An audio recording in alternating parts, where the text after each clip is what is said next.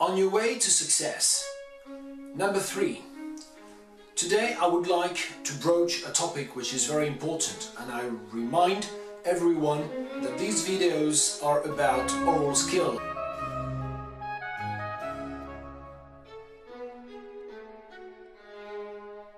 Part of what I heard last Friday was a series of huge grammar mistakes that had to do in fact with not pronouncing final consonants. In English, there are a lot of words that end with a series of several consonants.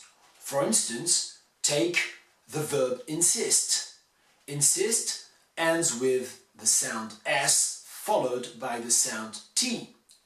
If you need to use this verb in the third person singular in present tense, you need, as you know, to add an S, which means that you will need to say he insists, meaning that you need to pronounce an S, then a T, then an S. And these three sounds must absolutely be audible. They must be heard when you speak.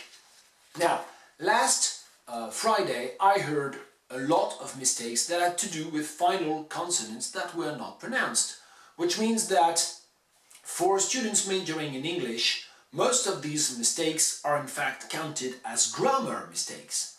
I am confident that most of the time it's in fact a problem of saying the sounds, of pronouncing English, but the result is that this is counted as a grammar mistake. If you say, for instance, he give, possibly the student who says he give never writes he give and always writes he gives, and you perfectly know that there is an S.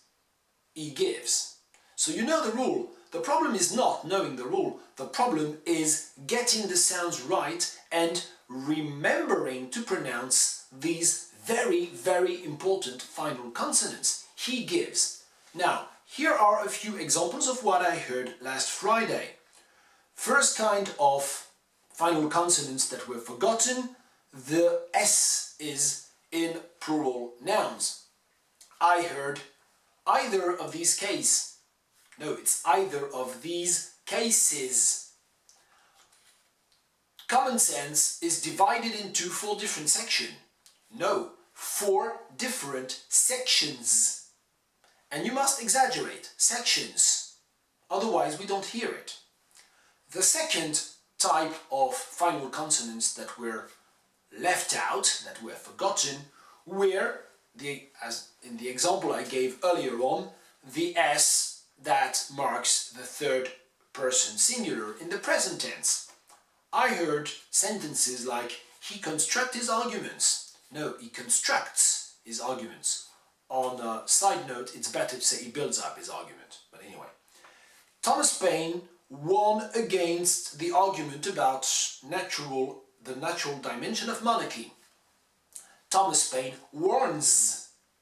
And, you know, I've just exaggerated it, but it's better to say Thomas Paine warns than saying Thomas Paine warns. And, you know, in some cases, you have the feeling, meaning the speaker has the feeling they have said this final S, but in fact it's impossible to hear it.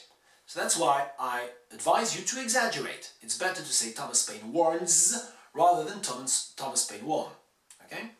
The final T or D in verbal forms like passive forms.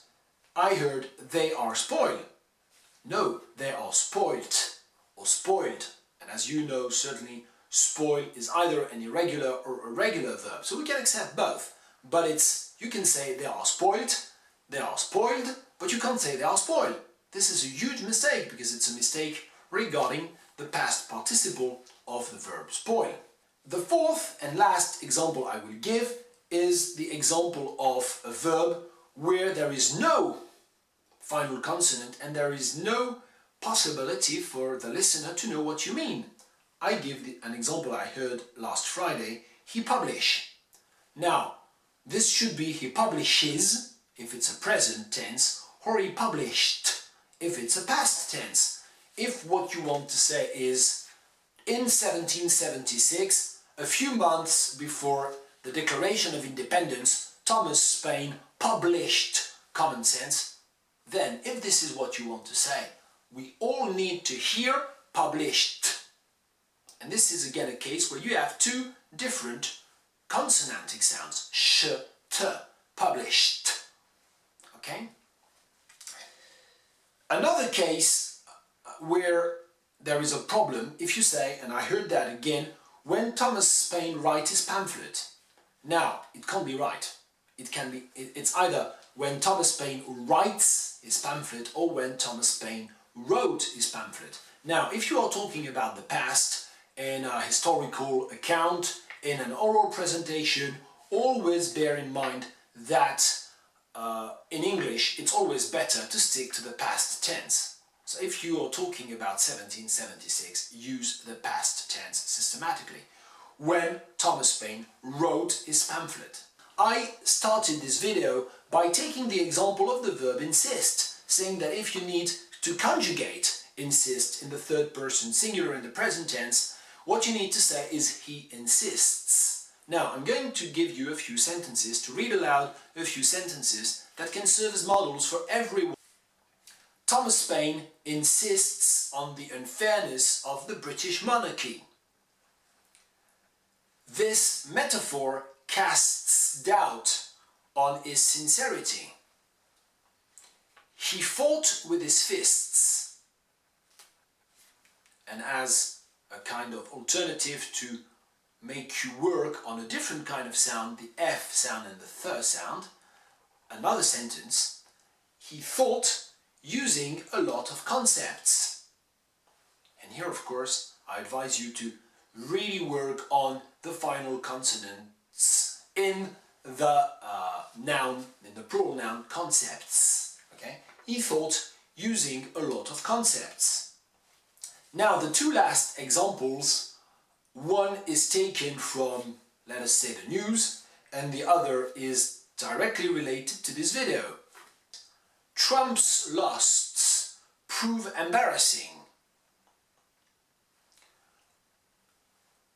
Sentence number 6 and the last one. This video lasts too long. Oh, okay, does it?